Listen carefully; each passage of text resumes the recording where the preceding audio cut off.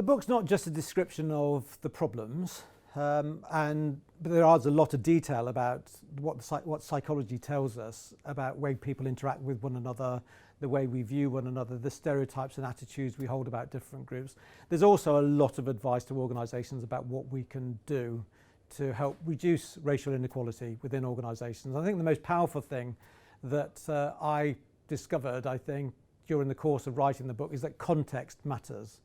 So you may have individuals who hold prejudiced views, and we all hold prejudiced views to some extent, but actually the environment in which we work has an enormous impact in terms of whether those attitudes we hold impact the decisions that we make.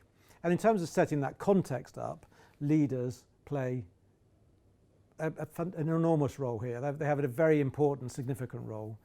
Their attitudes towards diversity and equality in organisations sets the tone for everybody else's behaviour within the organisation. So leaders need to pay attention to this. They can't ignore this, and they can't pretend that race doesn't exist within their own organisations.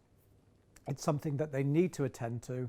They need to make people aware of the fact that they are responsible for the decisions they make, and they need to keep that pressure on individuals to be fair at all times. Now, when that pressure is removed and where leaders change and so the focus changes, you actually find that discrimination increases. So context is really important. In addition to that, we can look at our processes, and there are lots of recommendations that the psychology research tells us about the way we can improve our processes and to make them fairer. But at an individual level, we need to recognise that we are all biased in some shape or form. We are all biased, and we need to take responsibility for our own biases, to examine them further, and to try and find ways of working with other people which eliminates our biases, to receive feedback in terms of our own behaviour and the decisions that we make, and also being prepared to give feedback to other people.